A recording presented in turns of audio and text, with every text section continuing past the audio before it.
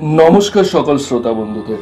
আমি কিশোরয় ছোটবেলার সাথীর তরফ থেকে অয়ন আজ আপনাদের জন্য আমাদের চ্যানেলের তরফ থেকে নিবেদন প্রেমেন্দু মিত্র লেখা বিখ্যাত চরিত্র মেজকর্তার গল্প ভূত শিকারী মেজকর্তা।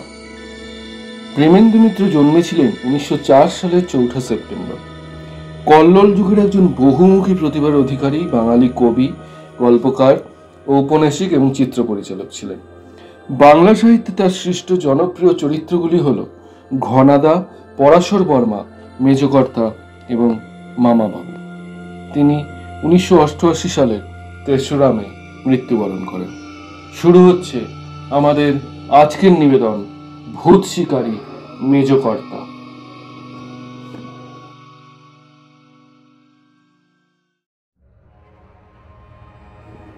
ওহ বাবারে, বাইরের উঠোন বাগান পেরিয়ে বাড়িটায় ঢোকাই তো একটা বড় সমস্যা। বাগান মানে তো এখন ঝোপঝাড়, বুনো লতা পাতা আর আগাছার জঙ্গল, আর চারদিকে ধসে পড়া দেওয়ালের নোনা শ্যাওলা ধারা ভাঙাচোরা ইটের টুকরো ছড়ানো উঠোনটা যেন ছোটখাটো ভূমিকম্পের সাক্ষী। রীতিমতো লড়াই করে ঢুকতে হয়েছে বলা যায়। ভাগ্যে গুপ্তিটা সঙ্গে এনেছিলাম। তার ওপরের লাঠির খাপটা খুলে গুপ্তিটা বার করে কাটা ঝোপ, লতাপাতার জঙ্গল কেটে কেটে দোতলার সিঁড়ি পর্যন্ত এসে পৌঁছেছি। সিঁড়িটা দোতলায় গিয়ে উঠেছে ঠিকই, কিন্তু রেলিং ভাঙা নোনার শ্যাওলা ধরা ধাপগুলোর যে অবস্থা, তাতে উঠতে গেলে আমার ভাড়েই না খসে পড়ে জিনিসটা। সাবধানে বুঝে বুঝে পা ফেলে ওপরে উঠতে উঠতে মনটা কিন্তু খুশিই হয়ে উঠছিল। না, বটকেষ্টকে এবার আর বাজে খবর দেওয়ার জন্য বকাবকি করতে হবে না। তার সেবারের সেই মাথায় চন্দ্রবিন্দু মুল্লুকের মতো এবারের সুলুক সন্ধানটাও মিছে হবে না বলেই মনে হচ্ছে। ঠিকানাটার হালচাল যা দেখছি, তাতে যে আশায় আশা, তা এখানে না মিটলে আর মিটবে কোথায়? সব দিক দিয়ে এমন একটা জুৎসই আস্তানা একেবারে বেদখল পড়ে থাকবে তো হতেই পারে না। কেউ না কেউ মৌরসী পাটটা নিয়ে জুড়ে বসে আছেন নির্ঘাত, আর যিনি আছেন তিনি আমার মতো শ্বাসটা না বুক ধুকধুক করা খিদে তেষ্টার গোলাম নিশ্চয়ই নন। ধসে পড়ো পড়ো নড়বড়ে সিঁড়িটা দিয়ে ওপরের দালানটায় উঠে কিন্তু অবাক হবার সঙ্গে মেজাজটাও রীতিমতন খারাপ হয়ে গেল। এই যে সাফসুফ সাজানো গোছানো গেরস্থালি সংসারের মতন মনে হচ্ছে। মালপত্রের চেহারাটা নিতান্ত দুঃখিনী গোছের, কিন্তু গাড়ু, গামছা, ভাঙা তোবড়ানোর তোরঙ্গ, থেলো, ছুকো, কলকে, টিকের মালসা, আগুনে পোড়া মেটে হাড়ি কুড়ি দেখে তো আমারই মতো এই পারের কেউ আস্তানা পেতেছে বলে মনে হয়। ঘরের হদ্দ কেউ নিশ্চয়ই, নইলে ছুঁচো চামচিকেও যেখানে বাসা বাঁধতে দৌড়ায় তেমন জায়গায় সে ডেরা পাতে। কিন্তু এ হতভাগা এখানে জুড়ে বসে থাকলে আমার সব মতলব যে ভেস্তে যাবে। লোকটা যেই হোক, তাকে তাড়াতেই হবে। তাই কেমন রে? চমকে উঠে এদিক ওদিক তাকালাম। কে বললো কথাটা? কই, কাউকে তো দেখতে পাচ্ছি না। আমার নিজের মনের কথাটাই নিজের কানে বেজে উঠল নাকি? না, তা তো নয়। যে বলেছে তাকে এবার চাক্ষুষ দেখা গেল। চিমসে খিটখিটে পাকানো চেহারার এক বুড়ো, খাটো ধুতি পরে, আদুরঘর কৃষ্ণবর্ণ গায়ে, ধবধবে একগোছা পইতে ঝুলিয়ে, থেলো হুকো হাতে নিয়ে খড়ম খটখট করতে করতে কোঠা থেকে হঠাৎ আবির্ভূত হলো ঠিক বুঝতে পারলাম না। দেখা দেওয়ার সঙ্গে সঙ্গে বিষ মাখানো খ্যানখ্যানে গলায় সে কি টিটকিরি, হাতের হুকোটাকেই যেন মোচড় দিয়ে নাড়তে নাড়তে বলল, আমায় তাড়াতে এসেছো কেমন? আমায় দাঁড়িয়ে একেশ্বর হতে চাও এখানে? জবাব দেব কি? পুরোর কাণ্ড দেখে আমি তখন অস্থির হয়ে উঠেছি। যেন আমাকেই কানমলা দিতে দিতে হুকুটাকে এমন মোচড় দিয়েছে যে কলকেটা কাত হয়ে তার জ্বলন্ত টিকে তামাক বুড়োর গায়ে আর কাপড়ের ওপরেই পড়ছে ঝপঝপ করে। সেদিকে চেয়ে হা হা করে বলে উঠলাম, আরে আরে করছেন কি? এরকম করলে তো পুড়ে মরে যাবেন। আমার কথার ভ্রুক্ষেপ না করে গায়ের আর কাপড়ের আংড়ার টুকরোগুলো গায়ে ঘষে দিতে দিতে বুড়ো গা জ্বালানো গলায় জিজ্ঞেস করলো, বলি, কদিন খোলস ছেড়েছো শুনি? বেশি দিন তো হবে না। খোসাগুলো সব এখনো ভালো করে ছাড়েনি মনে হচ্ছে। বুড়ো এসব কি কথা বলছে? আরে আমি তখন তার দিকে চেয়ে যেমন কাঠ তেমনই একেবারে হা হয়ে গিয়েছি। বুড়ো যা বলছে তার তো একটাই মানে হয়, আর সে মানে তো তাহলে না, আগের লাইন পর্যন্ত যা লেখা হয়েছে তা আমার নিজের কথা নয়, সবই সেই খেরো খাতা থেকে তোলা। নিজকর্তার সেই খেরো খাতা। কলকাতার সবচেয়ে লম্বা পাড়ির বাস দমদম এয়ারপোর্টে যাবার পথে, যা একটা খালি বেঞ্চের ওপর পুটলি বাঁধা অবস্থায় পাওয়া গিয়েছিল। পুটলিটা বেওয়ারিশ দেখে আর তার ভেতরকার ছেঁড়া খোড়া একটা খেরো খাতার পাতাগুলো নাড়তে চাড়তে দু একটা কথা চোখে পড়ায় ভেতরে নাম ঠিকানা কিছু পেলে যথাস্থানে ফেরত দেবো বলে পুটলিটা চেয়ে নিয়েছিলাম।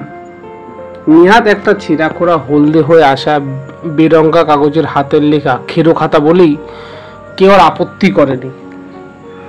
খেরো খাতাটা ছোটখাটো নয়, বেশ ঢাউস, প্রায় মহাভারত প্রমাণ।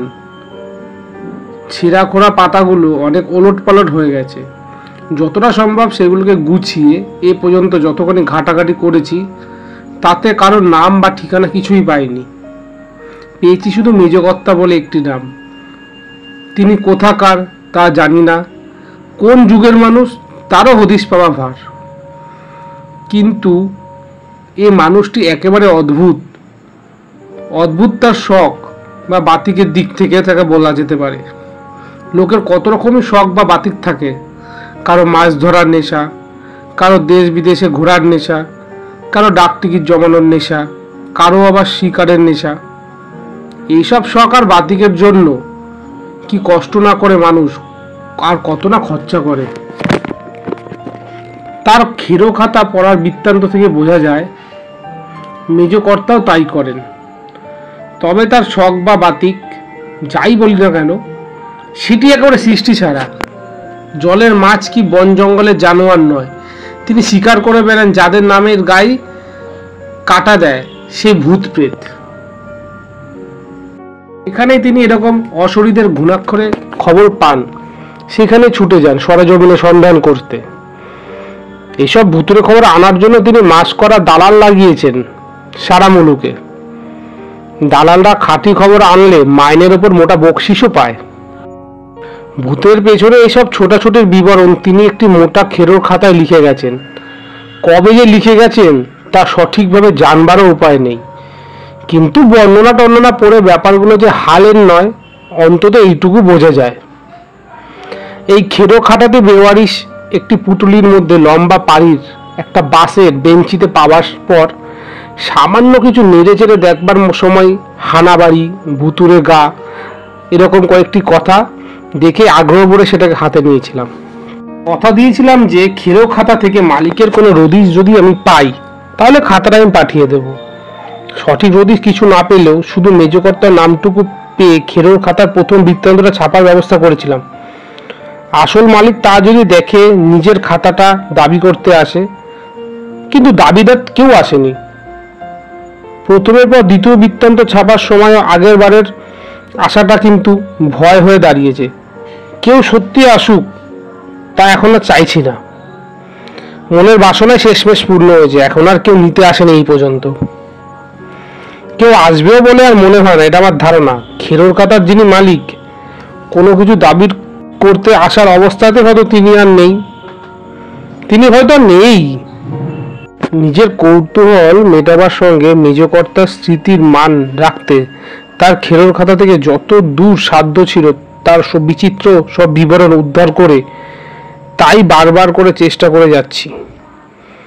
কিন্তু উদ্ধার করা কি সোজা? একে ছেঁড়া খোড়া খেরো খাতা তারপর পাতাগুলো সব উলট পালট, মজবুত আছে কিনা সন্দেহ, যা আছে তাও বেশ নড়বড়ে। এছাড়া মেজকর্তার লেখার ধারণাটাই কেবল খামখেয়ালি। কোথাকার খেয়ে গিয়ে কোথায় গিয়ে পড়েছে তা খুঁজে পাবায় দায়ী। যে বিবরণ এ কাহিনী দিয়ে আরম্ভ করেছি তাও মাঝপথে আচমকা দেখি ছেড়ে দিয়ে কি প্যাচ কষার জন্য, মোটেই না। লেখাটা একটা পাতার শেষ লাইনে ওই পর্যন্তই থেমে গিয়েছে। পরের পাতায় তার বাকি অংশগুলো পড়তে গিয়ে চক্ষু স্থির। পরের পাতাটাই সেখানে নেই। কোথায় গেল সে পাতা? একেবারে হারিয়ে গিয়েছে নাকি? না, মেজকর্তা তার স্বভাব মাখি এ পাতার খেয়েই এই মহাভারতের প্রমাণ পুঁথির তারার কোনো না কোনো পাতায় গিয়ে ছেড়ে বসে আছেন কি? তা যদি নাই করে থাকেন তাহলে তো মাঝপথে হঠাৎ অন্তর্ধান হবা এই বৃত্তান্তের শেষ জানার যে ইচ্ছেটা শক্ত করাই কষ্ট। কি বললে? থেলে হুকুর হাতে সে ডিমসে বুড়ো, তার কি এমন দারুণ মনে বুঝলে মেজকর্তা? আর কি হলো তাদেরই সে মোলাকাতের ফলাফল? এসব কথা কি আর কোনোদিনও জানা যাবে? অস্থির হয়ে তাই খেরোর খাতার পাতার পর পাতা তন্ন চন্ন করে খোঁজার চেষ্টা করেছি। সে চেষ্টা একেবারে বিফল হয়নি, তবে আশাতীত যে বৃত্তান্তের ধারণা আর এক জায়গায় খুঁজে পেয়েছি তা নয়। মাঝখানের কিছু বাদ পড়েছে কিনা বলা শক্ত, তবে সেই খেইটাই একেবারে ছিঁড়ে যায়নি। মেজকর্তা লিখেছেন, সমস্ত শরীরের ভেতরটা যেন শিরশির করে উঠল। এমন ভাগ্য যে হয়েছে তা তো বিশ্বাসই করতে পারছি না। এতদিনের যে সুযোগের স্বপ্নই শুধু দেখে এসেছি তা সত্যি সত্যি একেবারে হাটের মুঠোয়। হুকু হাতে চিমসে বুড়ো যা বলছে তাতে তো একটা কথাই বোঝায়। না না না, একটা নয়, দুটো কথা। সোনায় সোহাগা ছাড়া আর কিছু নয়। এখন শুধু একটু সামলে খুঁটি নাড়লেই আমি যা চাইছি সেই কিস্তিমাত। বুড়ো নিজেই শুধু ধরা দিয়ে ফেলেনি, আমাকেও তার দলের বলে ধরে নিয়েছে। বেশ একটু বুঝে সুঝে সব চাল চেলে এই ভুলটা যদি জিয়ে রাখতে পারি তাহলে আমার প্রেত পুরাণ সারা দুনিয়ায় একেবারে তাক লাগিয়ে দেবে। চিমসে বুড়ো টিটকিরির প্রথম জবাবটা বেশ ভালোই দিলাম। খোসা কি আপনারই সব ছেড়েছে নাকি? দালানের কোণে তার মালপত্র দেখিয়ে বললাম, ওগুলো তাহলে পুষে রেখেছেন কেন? এ জবাব শুনি সে কি খ্যানখ্যানে হাসি চিমসে বুড়ো। হাসতে হাসতে কলকের আগুন আবার গায়ে কাপড়ে ছিটিয়ে পড়ল। আগের মতোই সেগুলো যেন চন্দন বাটার মতো গায়ে ঘষে নিয়ে বলল,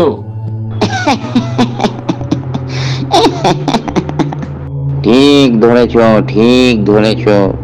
ওগুলো তোমার পুঁটলি আর ওই গুপ্তি ভরা লাঠির মতো পুরনো অভ্যেস, জমিয়ে রাখা নয়। অভ্যেস নয় তবে কি শখে? আমি একটু ঝাঁঝালো গলাতেই বললাম, আরে না না, ও অভ্যাসও নয়, শখও নয়। ও শুধু উৎপাত ঠেকাতে একটু ভোরকি মাত্র। উৎপাত ঠেকাতে ভর্তি? এবার আমি সত্যি হতভম্ব হয়ে গেলাম। কিসের উৎপাত আর কি ভর্তি? কিসের উৎপাত তা বুঝলে না? তোমায় আগে যা ভেবেছিলাম সেই হতভাগাদের উৎপাত। বিশ্বাস তো ওদের নেই। লোভ করে কি সত্যি হালের হাঘরে হয়ে কেউ পাছে সেদুতে এসে জ্বালায়, তাই তৈরি থাকতে হয় সারাক্ষণ, বুঝলে? ও, উৎপাত করার হতভাগা মানে যে মানুষ তা বুঝতে পারলাম, কিন্তু ঘর কন্যার মালপত্র দিয়ে তাদের ভড়কি দেওয়ার যে ব্যাপারটা সেটা ঠিক বোধগম্য হলো না। সেই কথাই জানতে চাইলাম। আমার বোকামিতে বুড়ো এবার খুব খুশি, বলল, একেবারে আনকোড়া আনারই তো তুমি, কিছুই জানো না। ভর্গিটা কিরকম তাহলে শোনো। হতভাগারা একবার শুধলে তো সহজে নড়তে চায় না, তাই তাদের তাড়াবার দাওয়াইটাও কড়া করবার জন্য প্রথম মুখশুদ্ধিটা বেশ মোলায়ম আর মিষ্টি লাগাবার ওই ভড়কি। হতভাগা যে আসবে, ঘরকন্যার এইসব ব্যবস্থা দেখে তার মনে একটু ভরসাই হবে। নিজের মতন আরেকজনকে সঙ্গী পেয়ে নিশ্চিন্ত হবে। তারপর যেই একটু গুছিয়ে বসবার কথা ভাবছে, তখনই আচমকা গায়ের ওপর কলকের আগুন ছড়াবার মতন ওই পেঁয়াজ দেব। কি বলো? তেমন কেউ জবরদস্ত দুধে হলে মুন্ডুটার এই ছাড়ে ছাড়ানো চেহারা দেখলেই কেল্লা ফতে, একদম কাম খতম। এই বাড়ি মুখও তো কোনোদিন নয়, এই তল্লাটেও কোনোদিন পা বাড়াবে না। ঝিমসে বুড়োর দিকে চেয়ে সমস্ত শরীরটা আপনা থেকে শিউরে উঠে বুকের ভেতরটা যেন হিম হয়ে গেল। বুড়ো তার পেঁয়াজ বোঝাতে তার বিকট ফরমায়েশি চেহারাটাই আমায় তখন দেখাচ্ছে। এক গোছা বইতে ঝোলানো চিমসে পাকানো আবলুসের কাঠির মতো আদুর দেহটির উপর কোটর বার করা দাঁত চিরকোটানো একটা মরার মাথা। বুকের ভেতর থেকে যে চিৎকারটা আপনা থেকেই বেরিয়ে আসছিল, কোন রকমে সেটা চেপে মুখটা নির্বিকার রাখতেই তখন গায়ে ঘাম দিচ্ছে। দূর প্রাণপণে ধাক্কাটা সামলে ঠোঁটে একটু বাঁকা হাসি টানবার চেষ্টা করে বললাম, হ্যাঁ, এ প্যাচ একেবারে মোক্ষম, কিন্তু মানুষকে দাঁড়াবার জন্য এত খরচ কেন? মানুষকে ভয়টা কি? কি ভয়?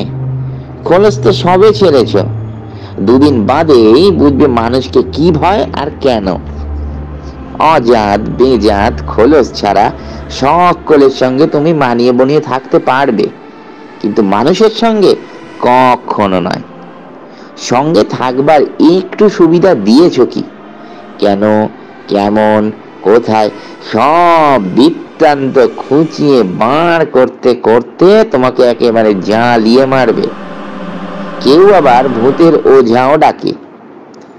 আরে বাপু, সেই দুদিন বাদে তো নিজেরাই খোলস ছাড়বি, তা অত ছটপটানি কিসেতে বাবা? সাধে কি ভয় দেখি ওদের তাড়াতে হয়? একটু থেমে বুড়ো মরার মুন্ডুটা পাল্টে হেসে বলল, কি বলো? তা যাক, তোমাকে যখন পেয়েছি তখন আর ভাবনার কিছু নেই। দুজনে মিলে এইবার এই পোড়ো ভিটের এমন সুনাম ছড়াবো যে হাঘরে টাঘরে তো ছাড়, গোড়া মিলিটারি পর্যন্ত এ ধার মারাবে না। তা তোমায় পুরনো নতুন কটা পেঁয়াজ শিখিয়ে দেবো ধীরে সুস্থে, কি বলো? তাহলে দুদিন একটু জিরিয়ে টিরিয়ে টানকো হয়ে নাও। কাঁচা খোলস ছেড়েছ কিনা প্রথমটা একটু কেমন ইলানো ইলানো মনে হয়। ও হ্যাঁ, এক আস্তানায় থাকবো, সময় অসময় দেখা হবে, তা তোমায় যদি একটু কিছু বলে ডাকতে পারতাম খুব ভালো হতো। তা তোমার পুরনো অভ্যাসের ওই চিহ্ন ধরে যদি গুপ্তি বলে ডাকতে পারি কেমন হয়? তুমিও আমায় হুকোদা বলে ডাকতে পারো, কিন্তু তার চেয়ে একটা নাম থাকাই ভালো। তা কি নাম ছিল খোলস ছাড়ার আগে? নাম? এক মুহূর্ত থতমত খেয়ে বলে দিলাম, আগে আমার নাম তো ছিল বটকেষ্ট। বটকেষ্ট? তা বেশ বেশ বেশ। তা বটকেষ্ট কি করতো পারে? এই মানে একটু আমতা আমতা করে বললাম, মুহুরি ছিল এক মুক্তারের। মুক্তারের মুহুরি? বাহ, বেশ ভালো ভালো। তা দুনিয়ার ভোর প্যাঁচ তাহলে সবই জানা আছে তোমার। আমারও মন্দ ছিল না, ছিলেন জমি জমা বাড়িঘরের দালাল, নাম ছিল ভজহরি। তখন মফস্বলের বোকা জমিদারদের গড়ের মাটি কতবার বিক্রি করে দিয়েছি, কি সব বলবো তোমায় সেই গল্প। তা তুমি আমায় বাপু ভজাদা বলেই ডেকো। গড়ের মাঠ বিক্রি করা ধুরন্ধর দালাল ভজাদার কাছ থেকে শুধু দালালির গল্প নয়, আরো অনেক কিছু টেনে বার করে আমার প্রেত পুরাণ ভরে দিতে পারবো সেই আশাই ছিল।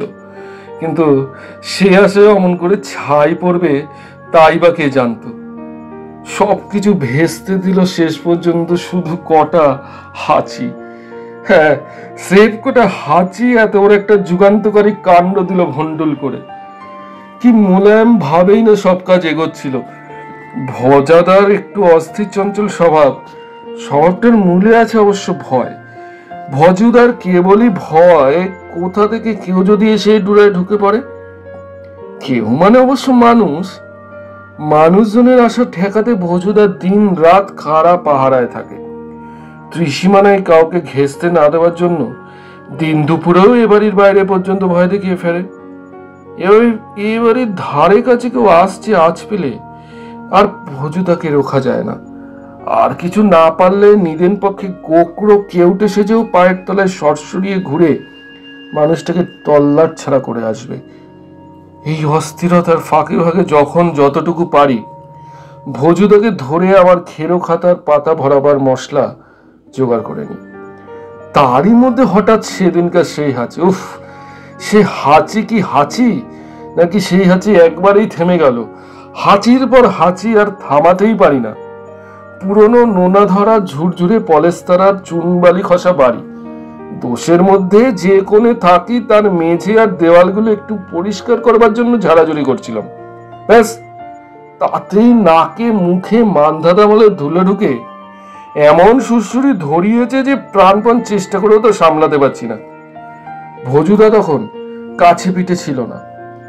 উত্তর দিকের একেবারে জঙ্গল হয়ে ওঠা বাগানে কাছের গায়ের কে বুড়ি দুটো কাঠকুটো কুড়োতে এসেছে টের পেয়ে গেছিল তাকে ভয় দেখিয়ে তাড়াতে।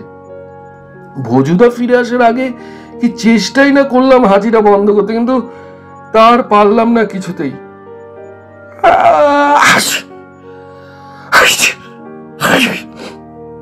ভজুদা ফিরে এসে প্রথমে অবাক, তারপর রীতিমতো বিরক্ত, প্রায় খিচিয়ে উঠে বলল, ও আবার কি নাকামি?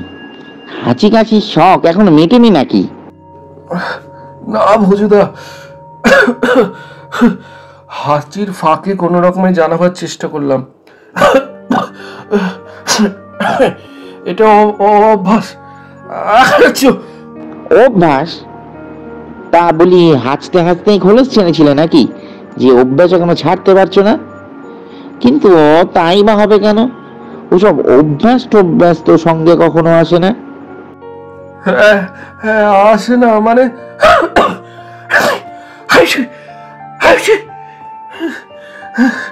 যা বলতে চাইলাম পরপর কটা হাঁচিতে যা চাপা পড়ে গেল। আর ওদিকে ভজুদার ফরমাসে মুখই তখন ফ্যাকাশে মেরে গিয়ে জিভ তোতলা হয়ে এসেছে।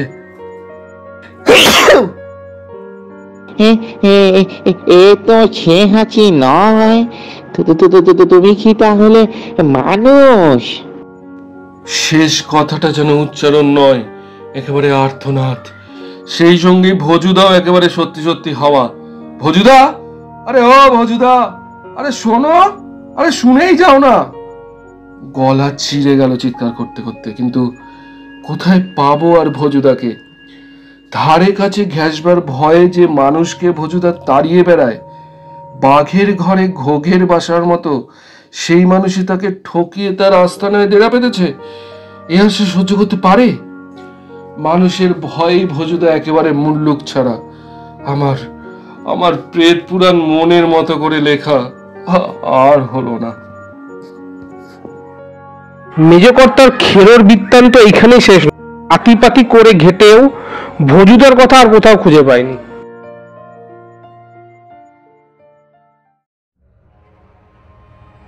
শুনছিলেন ভূত শিকারী মেজকর্তা, রচনা প্রেমেন্দ্র মিত্র, কথকের ভূমিকায় অঙ্কিত, ভূত শিকারী মেজকর্তার ভূমিকায় অয়ন, ভজাদার ভূমিকায় শুভজিৎ, শব্দগ্রহণ, সঙ্গীত সংযোজন এবং এডিটিংয়ে অয়ন, পোস্টার ডিজাইনে অঙ্কিতা পোদ্দার, নির্দেশনায় টিম কিশোরয়।